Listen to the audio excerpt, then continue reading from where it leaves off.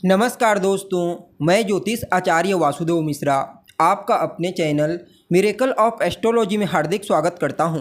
दोस्तों, आज का यह ज्योतिष का कार्यक्रम आप सभी कुंभ राशि के जातकों के लिए बड़ा ही महत्वपूर्ण और ख़ास कार्यक्रम साबित होगा। आज हम बात करेंगे कर्म फलदाता शनि के वक्री चाल प्रभाव के बारे में। जी हाँ, आगामी 30 जून 2024 से लेकर 15 नवंबर 2024 के मध्य कर्म, न्याय, अधिकार और सेवा के ग्रह शनि वक्री चाल चलेंगे। तो ऐसे में बड़े विस्तार के साथ हर टॉपिक को समझने का प्रयास करेंगे कि शनि का यह वक्री चाल आपके जीवन को किस प्रकार से प्रभावित करेगा। जी हाँ, आप सभी कुंभ राशि वालों के लिए शनि अपनी स्वयं की मूल त्रिकोण राशि में अर्थात आपकी राशि में वक्री चाल चलते हुए किस प्रकार का परिणाम आपके लिए लेकर के आ रहे हैं, बड़े विस्तार के साथ जानेंगे। इसलिए आज के इस ज्योतिष के कार्यक्रम को अंत तक देखिए। और अगर आप अपनी जन्म कुंडली पर हमसे परामर्श लेना चाहते हैं, अपनी जन्म कुंडली का बारीकी से विश्लेषण करवाना चाहते हैं, तो डिस्क्रिप्शन बॉक्स और वीडियो के अंदर आपको हमारा कॉन्टैक्ट नंबर मिल जाएगा, जहां से आप या तो डायरेक्ट फ़ोन कॉल के थ्रू या फिर व्हाट्सएप के माध्यम से अपॉइंटमेंट लेकर अपनी जन्म कुंडली का बड़ी बारीकी से विश्लेषण करवा सकते हैं। जी हाँ, अब देखा जाए तो वक्री ग्रह बहुत ही पावरफुल होता है। उसके पास अच्छा और बुरा दोनों करने की क्षमता कई गुना ज़्यादा होती है। वक्री ग्रह को डेस्टिनी का प्लेनेट भी कहा जाता है। इसलिए जब ग्रह वक्री अवस्था से गोचर करता है तो बहुत अधिक ठोस परिणाम प्रदान करता है। अतः आपको इस राशिफल को समझने के लिए अपनी स्वयं की जन्म कुंडली में भी शनि की स्थिति का विचार अवश्य करना चाहिए, क्योंकि आपकी जन्म कुंडली में शनि जिस घर में विराजमान होंगे वह घर इस समय बहुत ज़्यादा प्रभावशाली बन जाएगा, जिसके चलते पूरा का पूरा फोकस यानी कि पूरे जीवन का ध्यान आपका इस समय उसी घर पर चला जाएगा। इसके अलावा आप यह भी देखिए कि क्या आपकी जन्म कुंडली में शनि वक्र अवस्था में विराजमान है। अगर हाँ, तो फिर शनि का यह वक्र चाल का प्रभाव आपके ऊपर 2 गुना अधिक प्रभावशाली हो जाएगा।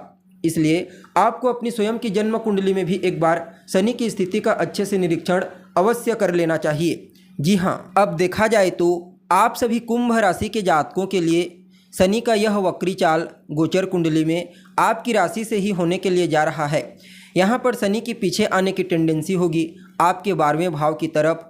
वैसे तो यहाँ पर शनि आपके लिए सस नाम का राजयोग बना करके गोचर कर रहे हैं, लेकिन फिर भी 12वें भाव की तरफ इनकी आने की टेंडेंसी होगी। और अभी आपके लिए 7.5 भी एक्टिव है। हालांकि आपके लिए 7.5 नुकसानदायक नहीं है, क्योंकि शनि आपके लिए सस नाम का राजयोग बना करके अपनी ही राशि से गोचर कर रहे हैं। लेकिन हाँ, यहाँ पर यह बात आपको अवश्य ध्यान रखना चाहिए, जब शनि का गोचर पहले भाव से होता है या फिर शनि की दृष्टि पहले भाव पर पड़ती है, तो इस समयावधि में कार्यों में रुकावट पैदा करते हैं, क्योंकि शनि एक मंद ग्रह है। जितनी दूरी को चंद्रमा 2.25 दिन में पूरा कर लेते हैं, उतनी ही दूरी को तय करने के लिए शनि को 2.5 साल का समय लगता है। इसलिए जब लग्न से इनका संबंध बनता है तो हर कार्य में रुकावट पैदा करते हैं, किसी भी कार्य को समय पर पूरा होने नहीं देते। जी हाँ, इसलिए इस बात का आपको बस ध्यान रखना चाहिए। एक सूत्र याद रखिए, होगा वही जो आप चाहते हैं, लेकिन तब नहीं जब आप चाहते हैं। अर्थात आप प्रयास करेंगे तो उस प्रयास का परिणाम आपको मिलेगा, लेकिन तुरंत नहीं मिलेगा। जिस भी फील्ड में आप जो भी डिसीजन लेंगे वह आपके लिए अनुकूल रहेगा, लेकिन तुरंत ही वह आपके लिए प्रॉफिटेबल नहीं होगा। बस इस बात का ध्यान रखिए। और 12वें भाव की तरफ आने की उनकी टेंडेंसी है। 12वां भाव किस चीज़ को दिखाता है, तो आपके खर्चों को दिखाता है, विदेश इंपोर्ट एक्सपोर्ट को दिखाता है, ट्रेवल ट्रांसपोर्ट को दिखाता है। तो जो लोग इंपोर्ट एक्सपोर्ट का काम करते हैं या फिर काम शुरू करने के बारे में सोच रहे हैं, तो निश्चित तौर पर उनके लिए समय फ़ायदेमंद है, उन्हें ग्रोथ जरूर देखने को मिलेगी। जो लोग विदेश जाना चाहते हैं उनके लिए समय बहुत अच्छा है, विदेश जाने का मौका मिलेगा। ट्रेवल ट्रांसपोर्ट के क्षेत्र में जो जातक कार्य करते हैं उनको भी इस समय आगे बढ़ने के लिए नए रास्तों की प्राप्ति होगी। हालांकि इन चीज़ों से अगर आपका किसी भी प्रकार का कोई संबंध नहीं है, तो आप देखेंगे नेसेसरी आपके जीवन में भाग दौड़ बढ़ जाएगी। शारीरिक स्वास्थ्य में थोड़ी बहुत कमजोरी आपको महसूस होगी, खास करके नर्वस सिस्टम से संबंधित प्रॉब्लम आपको फेस करनी पड़ेगी।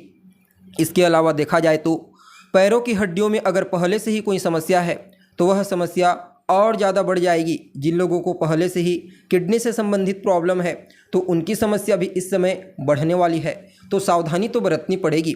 सातवीं दृष्टि से सीधे आपके सप्तम भाव को देखेंगे, जो आपके लाइफ पार्टनर का होता है, आपके बिजनेस व्यापार का होता है, तो वहाँ पर भी उलझने बढ़ाने का ही प्रयास करेंगे।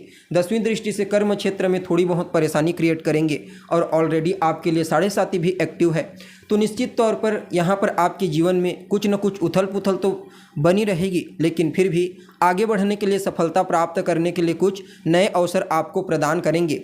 जी हाँ, यानी कि हम कह सकते हैं कि शनि का यह वक्र चाल आपके लिए अच्छा रहेगा, कोई नुकसानदायक नहीं है।